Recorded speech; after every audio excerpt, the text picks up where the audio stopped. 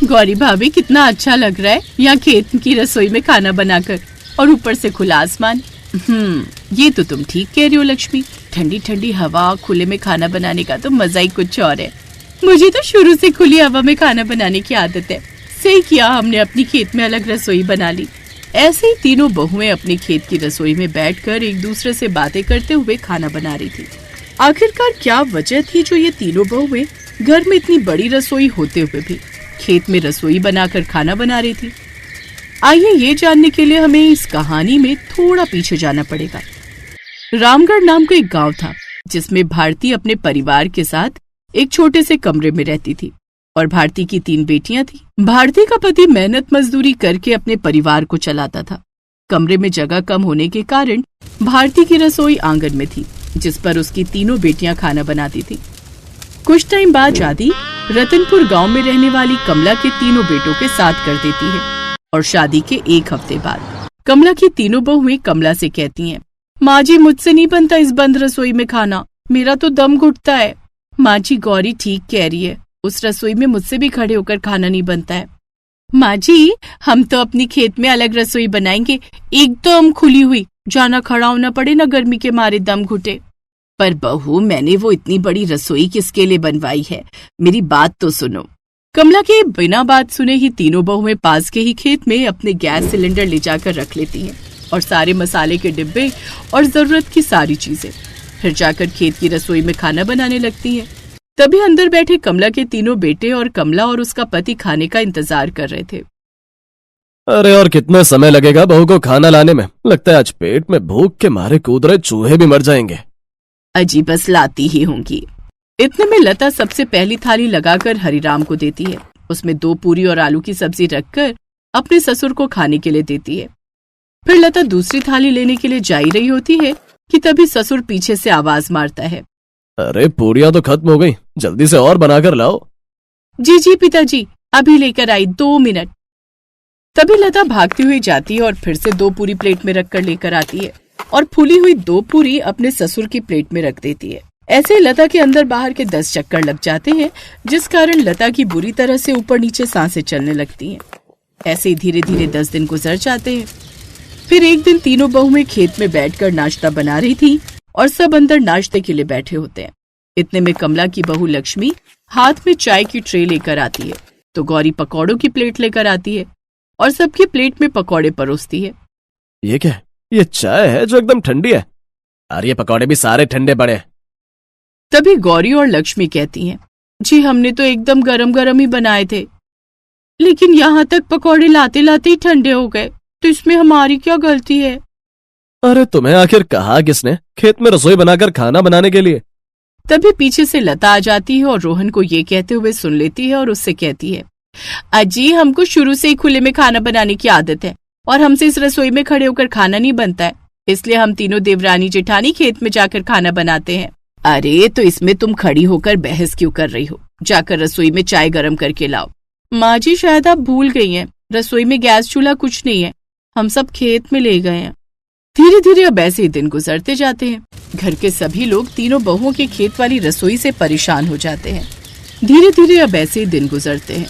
घर के सभी लोग तीनों बहुओं की खेत वाली रसोई से परेशान हो जाते हैं। एक दिन तीनों बहुएं दोपहर का खाना बनाकर फ्री हुई थी और वो अब इतनी थक गई थी कि सुबह से अंदर बाहर के चक्कर से उनके अंदर कुछ और काम करने की हिम्मत नहीं बची थी।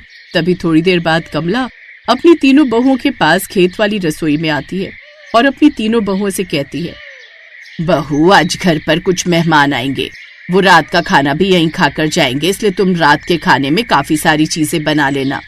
ये कहकर सास वहाँ से चली जाती है। हे भगवान, ये ससुराल वाले तो हम तीनों बहुओं की रेल बनाकर ही छोड़ेंगे। हमने खेत में रसोई क्या बना ली, हमें परेशान ही करने पर लग गए सबके सब। अरे मेहमानों को आज ही आना था क्या, और कितना परेशान करेंगे ये हमें। थोड़ी देर बाद ही रात होने लगती है। तभी तीनों बहुएं मेहमानों के लिए रात का खाना बनाने लगती हैं। अचानक जोरदार तेज आंधी आने लगती है और चारों तरफ धूल उड़ने लगती है, साथ ही नीचे गिरे पड़े सारे पत्ते भी उड़ने लगते हैं। तभी लता अपनी देवरानी से कहती है, लक्ष्मी जल्दी से सारा खाना ढक दो, नहीं तो सारे खाने में मिट्टी उड़कर चली जाएगी। लक्ष्मी आंधी में अपनी आंखों को बंद करती हुई सारे खाने को प्लेट से ढक देती है, पर इतनी तेज आंधी में प्लेट कहाँ ही रुकने वाली थी। आंधी के तेज झोंके से सारी ढकी हुई प्लेट कहीं की कहीं जाकर पड़ती है, जिससे सारे खाने में धूल उड़कर भर जाती है। जैसे ही थोड़ी देर बाद आंधी रुक जाती है, तभी तीनों बहुएं अपना बनाया हुआ खाना देखती हैं तो सारा खाना किरकिरा हो रहा था और उसको देखकर तीनों आपस में कहती हैं, हे राम, ये तो सारा खाना किरकिरा हो गया है, हमें दोबारा खाना बनाना पड़ेगा अब। जेठानी जी, मेरी तो अब हिम्मत भी नहीं हो रही है कि मैं दोबारा खाना बना लूं। सुबह से तो अंदर बाहर में थक गई और अब जैसे तैसे खाना बनाया तो वो भी आंधी की वजह से खराब हो गया। ऐसा बोलकर कमला की तीनों बहुएं मेहमानों के लिए फिर से सारा खाना बनाती हैं। थोड़ी देर बाद ही तीनों बहुएं खाने की एक एक चीज घर लेकर जाती हैं और उनका चेहरा थकान के मारे मुरझाया हुआ था। फिर वो मेहमानों को परोसती हैं। इसके बाद सभी लोग खाना खाकर चले जाते हैं, जिनसे सारा खाना भी खत्म हो जाता है। लता, लक्ष्मी, गौरी के लिए खाने के लिए कुछ भी नहीं बचता। तभी कमला कहती है, अरे तुम तीनों के लिए तो खाना ही नहीं बचा है, अब फिर से तुम तीनों को अपनी खेत वाली रसोई में जाना पड़ेगा। तभी तीनों बहुएं एकदम से कहती हैं, अरे हमारे बस की नहीं है अब और खाना बनाना, हम तो भूखे ही सो जाएंगे। और नहीं तो क्या, सुबह से चक्कर लगाते लगाते पैरों में सूजन भी आ गई है। अरे तो हमने थोड़ी कहा था कि तुम खेत में जाकर खाना बनाओ, घर में अच्छी खासी रसोई है उसमें बनाओ, फिर खुद भी आराम से खाओ और हमें भी आराम से खाने दो, जिससे तुम्हें भी कोई परेशानी नहीं होगी। तभी गौरी उदास मन से कहती है, हम तीनों अच्छे से जानते हैं आप सभी को हमारी खेतों की रसोई रास नहीं आती, इसीलिए आप हमारी रसोई वहाँ से हटवाना चाहते हैं। अरे तुम लोग क्यों आपस में बहस करने में लगे हो? मैंने तीनों बहुओं को समझाकर देख लिया पर मेरी नहीं सुनी किसी ने भी। और वैसे भी अगर बहुओं को खेत में खाना बनाना अच्छा लगता है तो खेत की रसोई में ही खाना बनाने दो।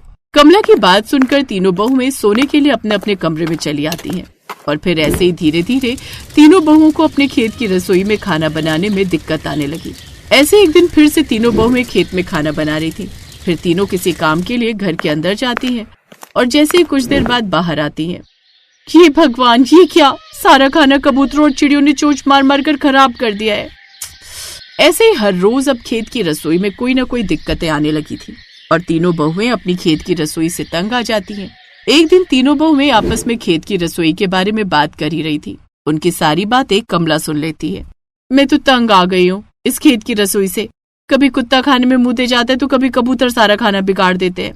जेठानी जी, मेरे तो अंदर बाहर के इतने चक्कर लग जाते हैं कि फिर खाना खाने का भी मन नहीं करता, बस ऐसा मन करता है कि सो ही जाऊं। अगर हम माँ जी को ये सब बताएंगे तो फिर माँ जी हमें उस बंद रसोई में खाना बनाने के लिए बोल देंगी। अपनी तीनों बहुओं की बात सुनकर कमला का मन परेशान हो जाता है और वो कहती है, बहू, आज से तुम्हें कोई जरूरत नहीं है अब खेत की रसोई में खाना बनाने की। लेकिन माँ जी, हम बंद रसोई में तो बिल्कुल नहीं बनाएंगे खाना।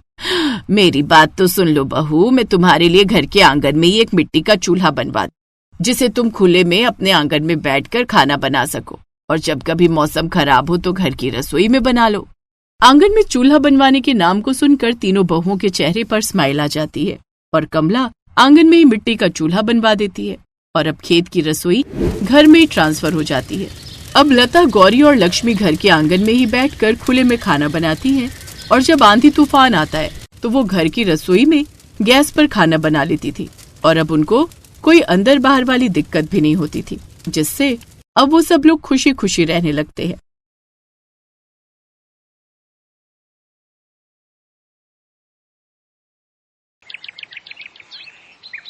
अदिति, अरे ओ अदिति, आजा बेटा, मैंने आटा गूंथ दिया है, तू जल्दी से रोटियां सेक ले, तेरे पापा आते ही होंगे ऑफिस से। क्या माँ, मैं आटा गूंथ देती ना, हर रोज रोटियां क्यों बनवाती हो मुझसे? ताकि ससुराल जाकर तू नाक ना कटाए हमारी। आटा तो तू बढ़िया गूंथ लेती है, लेकिन रोटियां अब तक गोल नहीं बनती तुझसे। अब रोज बनाएगी तभी तो तेरा हाथ बैठेगा ना बेटा। उफ, बाप रे बाप, रसोई तो उबल रही है माँ, ऊपर से गैस के पास खड़े होकर कितनी सारी रोटियां बनानी है। कितनी सारी? 4 तेरे पापा की, 3 मेरी और 2 तेरी, बस 9 रोटियां ही तो सेकनी है। तो 9 रोटियां क्या कम होती है? अब ना बाबा ना, अभी 2 दिन पहले ही तो मैंने अपना फेशियल करवाया है, अब इतनी गर्मी में गैस के पास खड़ी रहूंगी तो पिंपल आ जाएंगे चेहरे पर। हे मेरे भगवान, ये आजकल की लड़कियों के कितने नाटक हैं, जरा हमसे पूछो। तुम्हारी उम्र में चूल्हे पर एक टाइम की 40-50 रोटियां बनाई है मैंने, जब ससुराल में पूरा परिवार साथ रहता था। हाँ तो आपका ससुराल भी तो कितनी बढ़िया जगह था, मस्त पहाड़ों के बीच, जहाँ कभी गर्मी पड़ती नहीं ऊपर से स्नोफॉल के मजे अलग से। आहा, कितना मजा आता होगा ना। तुझे ऐसा लगता है तो ठीक है, कल ही तेरी मासी से बात करती हूँ कि वहीं पहाड़ों पर ही ढूंढ ले तेरी ससुराल।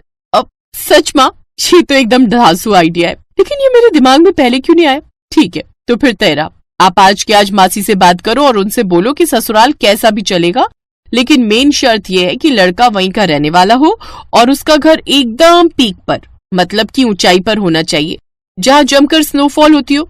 वाह, कितना बढ़िया हो जाएगा फिर तो। स्नोफॉल देखने के लिए न छुट्टी लेने की जरूरत और न इस गर्मी से जूझने की टेंशन।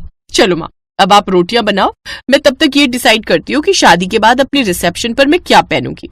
ये कहकर अदिति हंसते हुए अपने कमरे में चली गई। क्या होगा इस लड़की का, एकदम बावली है। चलो अब रोटियां तो मुझे ही बनानी पड़ेगी। मैडम तो गई अपने पहाड़ी ससुराल के सपने बुनने। अरे कौन जा रहा है ससुराल, तुम या मैं? कम से कम ये तो बता दो। अजी मेरा कोई मन नहीं है, ना अपने ससुराल जाने का और ना ही आपको कहीं भेजने का। वो तो आपकी लाडली है जिसे अब नया फितूर चढ़ा है, कहती है शादी करेगी तो किसी पहाड़ी लड़के से। अब बताओ, ऊंचे पहाड़ पर ससुराल चाहिए इसे। अब आप ही समझाइए इसे कि कितनी दिक्कतें होती है पहाड़ पर, जिनसे हार कर हम यहाँ आ बसे। हमारा वक्त अलग था विभा, लेकिन अब पहाड़ों पर भी काफी तरक्की हो गई है। पहले से बहुत बदल गया है पहाड़ी जीवन। अरे कितना भी बदल गया हो, लेकिन यहाँ जितनी सुविधाएं तो नहीं है ना वहाँ पर अभी भी। और ये आपके विचार अचानक से कैसे बदल गए? आपके कहने पर ही तो हम अपनी जॉइंट फैमिली छोड़कर यहाँ दिल्ली आए थे। दिल्ली आना हमारी जरूरत भी थी और मजबूरी भी। मुझे यहाँ अच्छी सैलरी ऑफर हो गई थी और तुम वहां परेशान भी थी। और सच कहूं तो ऐसा संयोग भी बन रहा है कि शायद अदिति का ससुराल पहाड़ों पर ही हो जाए। हैं?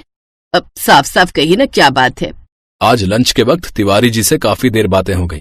बातों बातों में अदिति के लिए एक रिश्ता बताने लगे। उनकी रिश्तेदारी में ही है। लड़का सरकारी क्लर्क है, कश्मीर में, एकदम पहाड़ों के बीचों बीच घर लिया है। परिवार भी ज्यादा बड़ा नहीं है, माँ बाप और बस एक बेटा और बेटी।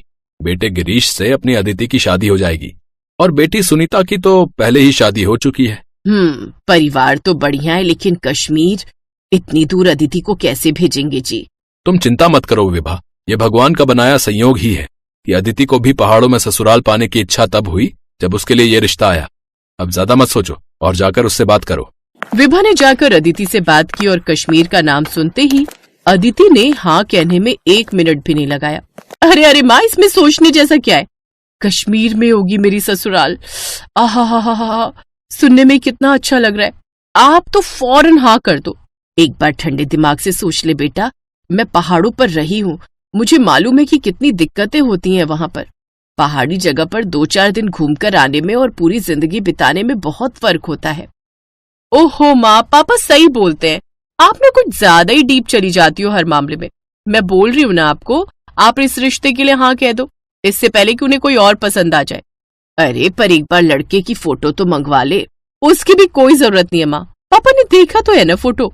अगर उन्हें पसंद है तो मुझे भी पसंद है। और वैसे भी कश्मीर की खूबसूरत वादियों में हमेशा के लिए रहने को मिल जाए, इससे बढ़कर और क्या चाहिए मुझे। अदिति अपनी शादी और ससुराल को लेकर काफी एक्साइटेड थी। फिर कुछ ही महीनों के बाद गिरीश और अदिति की शादी हो गई और अदिति खुशी खुशी अपने ससुराल यानी कि कश्मीर आ गई। लेकिन फिर, अरे अदिति जाओ बेटा, सबके लिए गरम कहवा बना लाओ। अब मम्मी जी, पर अभी 1 घंटे पहले ही तो सबने एक साथ कॉफी पी थी। ये कश्मीर है बेटा, तुम्हारी दिल्ली नहीं। यहाँ की सर्दी से बचना है तो थोड़ी थोड़ी देर में कुछ गरम पीते रहना पड़ता है। पहले कॉफी पी थी, अब कहवा बना लो। फिर कुछ देर बाद सबके लिए बढ़िया अदरक वाली चाय बना लेना, ठीक है? ये अदिति का ससुराल था, ऊपर से कश्मीर जैसी ठंडी जगह। तो मायके वाले बहाने यहाँ अदिति के काम नहीं आने वाले थे। बेमन से ही सही, पर उसे थोड़ी थोड़ी देर में सबके लिए कुछ न कुछ गर्म पीने के लिए बनाना ही पड़ता। ओहो, ये तो बिल्कुल ठंडा हो गया अदिति। अरे मैं तो तुरंत ही बनाकर लाई थी, इतनी जल्दी ठंडा भी हो गया। हाँ बेटा, यहाँ ऐसा ही होता है। जाओ सबके लिए दोबारा गर्म करके ले आओ और इस बार केतली में डालकर लाना तो ठंडा नहीं होगा। धीरे धीरे अदिति को पहाड़ी जीवन के साइड इफेक्ट्स पता चल रहे थे। पहाड़ों पर रहने का तरीका, खाने पीने का तरीका, सब कुछ उसके मायके से बहुत अलग था। और फिर एक दिन, बड़ी ठंड है, ये लाइट कब तक आएगी जी? लाइट? अब गई है तो आराम से ही आएगी। है? ऐसे कैसे? बिना हीटर के तो मेरी हालत खराब हो जाएगी। अच्छा सुनिए ना, हमारे पास इन्वर्टर भी तो है। हाँ है तो सही, लेकिन उसे हम बुरे वक्त के लिए बचा कर रखते हैं, ऐसे थोड़ी मोड़ी ठंड में नहीं चलाते। क्या? अच्छा इससे बुरा वक्त और कौन सा आएगा? देखे ना मेरे हाथ पैर बर्फ जैसे ठंडे पड़ गए।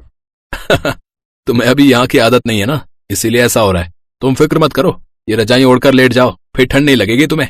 और फिर अगले दिन, ये क्या? सुबह के 11 बज गए और अब तक धूप नहीं खिली। धूप की उम्मीद तो छोड़ ही दो बेटा, ये दिसंबर का महीना है, अब तो सीधा बर्फ गिरेगी। बर्फ गिरने की बात सुनकर अदिति खुश हो गई, क्योंकि उसे शुरू से ही स्नोफॉल बहुत पसंद था। लेकिन फिर जब सच में बर्फबारी हुई तो उसकी हालत पहले से भी खराब हो गई। अदिति क्या कर रही हो? चलो ना, बाहर कितनी बढ़िया बर्फ गिर रही है। तुम्हें तो कश्मीर का फर्स्ट स्नोफॉल देखना था ना। हाँ देखना तो था, लेकिन बहुत ठंड है जी। ओहो, मैंने तो ध्यान ही नहीं दिया। स्नोफॉल के दौरान रूम हीटर नहीं चला सकते। पर ऐसा क्यों? क्योंकि स्नोफॉल के टाइम सारे खिड़की दरवाजे बंद रखने पड़ते हैं, और ऐसे में रूम हीटर चलाना खतरनाक हो सकता है, बस इसीलिए। चलो अब तुम जल्दी से बाहर आओ, सब तुम्हारा वेट कर रहे हैं। लेकिन जब वो अपने कमरे से बाहर आई तो उसे देखकर सब अपना पेट पकड़कर हंसने लगे। ये क्या हाल बना लिया तुमने अदिति? एकदम कार्टून लग रही हो। सबको खुद पर हंसता देखकर अदिति को बुरा लगा और उसकी आंखों से आंसू बहने लगे। कोई बात नहीं बेटा, पहाड़ों में ससुराल होने के कई फायदे हैं तो कुछ नुकसान भी हैं, मैं समझती हूँ। लेकिन मुझे भरोसा है कि धीरे धीरे तुम भी ढल जाओगी, जैसे मैं ढल गई। लेकिन फिलहाल तुम्हारी हालत देखकर लगता है कि तुम्हें कुछ दिनों के लिए अपने मायके हो आना चाहिए। क्यों, सही कहा ना मैंने? अपनी सास की बात सुनकर अदिति के चेहरे पर स्माइल आ गई। वो समझ गई थी कि पहाड़ों में ससुराल होने के बारे में सोचने और असल में वहां रहने में काफी फर्क है।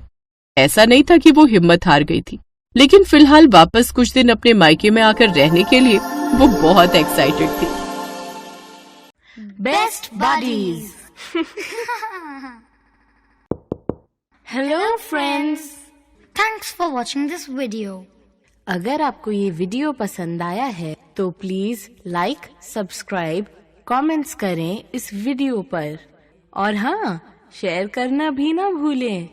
और भी मजेदार वीडियो देखने के लिए नीचे दिए गए बेल आइकॉन को दबाएं। देखते रहिए बेस्ट बडीज।